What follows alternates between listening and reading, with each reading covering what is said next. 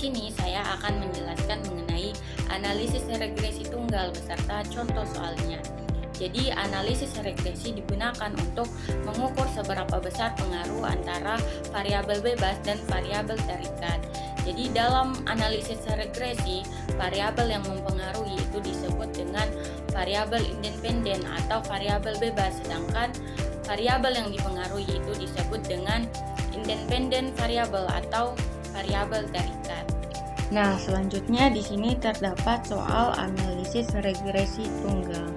Jadi soalnya yaitu seorang peneliti ingin mengetahui pengaruh jumlah jam belajar terhadap nilai ujian matematika siswa. Data dari 8 siswa diperoleh sebagai berikut. Nah, di sini bisa kita lihat bahwa variabel independennya atau variabel yang mempengaruhinya yaitu jumlah jam belajar, sedangkan variabel yang dipengaruhi atau variabel dependen yaitu nilai ujian matematika. Nah, pada tabel ini terdapat data dari 8 orang siswa. Jadi yang ditanyakan di sini, apakah jumlah jam belajar berpengaruh signifikan terhadap nilai ujian matematika?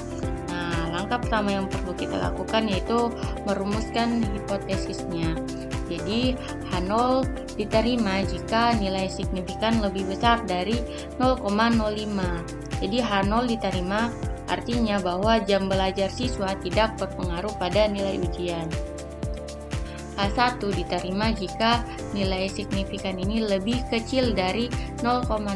Jadi H1 ini diterima artinya bahwa jam belajar siswa berpengaruh pada nilai ujian. Jadi di sini kita akan menyelesaikan soalnya menggunakan APK SPSS.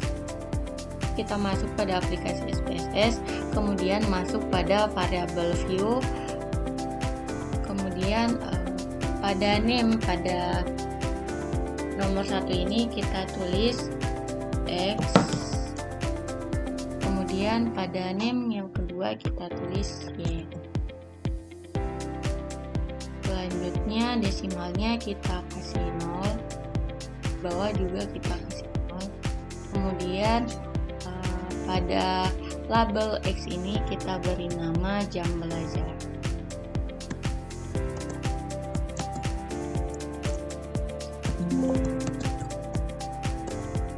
Sedangkan pada label Y ini kita beri nama nilai ujian. Selanjutnya kita pergi ke data view, kita salin tadi data pada soal, kita salin, copy, kemudian kita tempel di APK SPSS.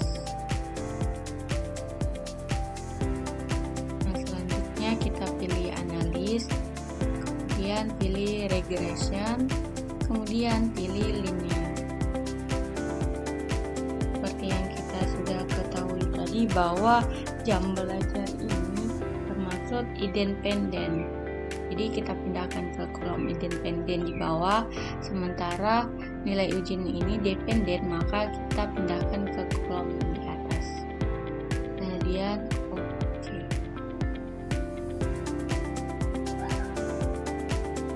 Nah, yang perlu kita perhatikan di sini yaitu tabel ANOVA. Pada tabel ANOVA yang perlu kita perhatikan adalah nilai signifikannya, yaitu 0,012. 0,012.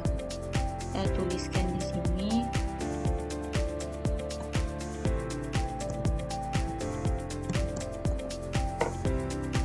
Kemudian kita bandingkan di sini.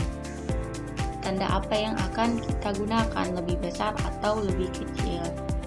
Nah, bisa kita lihat di sini bahwa tanda yang kita gunakan yaitu lebih kecil. Jadi 0,012 atau nilai signifikannya ini lebih kecil daripada 0,05. Itu artinya H1 diterima. Jadi jika H1 diterima itu berarti bahwa jam belajar siswa berpengaruh pada nilai ujian.